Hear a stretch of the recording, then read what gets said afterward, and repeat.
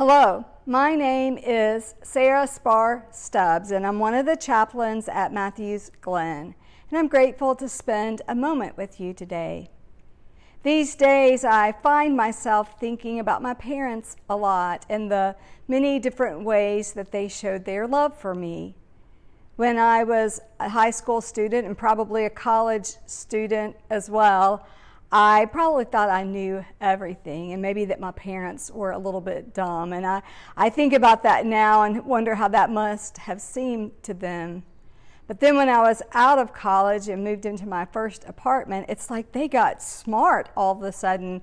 I was asking them questions like, how do I fix this? Or how do I do this? How do I cook this? And I went to them for all sorts of things. And I'm sure they were probably rolling their eyes behind my back just because I had treated them with, young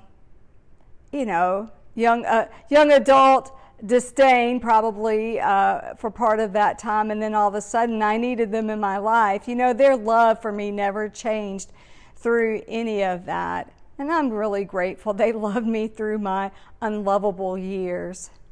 Recently, I was working on a project and I read this quote that said, "Words can be beautiful, but love is action." And when I think of my parents, today I think of their love in action. And maybe I understand their love in ways I never could have then. And I'm so grateful for that. And then I begin to think, if my parents could love me like that, think about the way that God loves me. The depth of that for all of us. It isn't just me. And so love is a really important word. And it's not just what we say, it's what we do. So here are a couple of scriptures about that from different parts of the Bible. First, from Proverbs chapter 3, verse 3, in this book of wisdom is this beautiful verse that says, "Let love and faithfulness never leave you. Bind them around your neck. Write them on the tablet of your heart." What if our actions showed every day that love and faithfulness are written on the tablets of our heart? It is God that enables that in us. And then from the New Testament, from the letter, the 1 John, chapter 3, verse 18. "Little children, let us love not in word or speech, but in truth and action."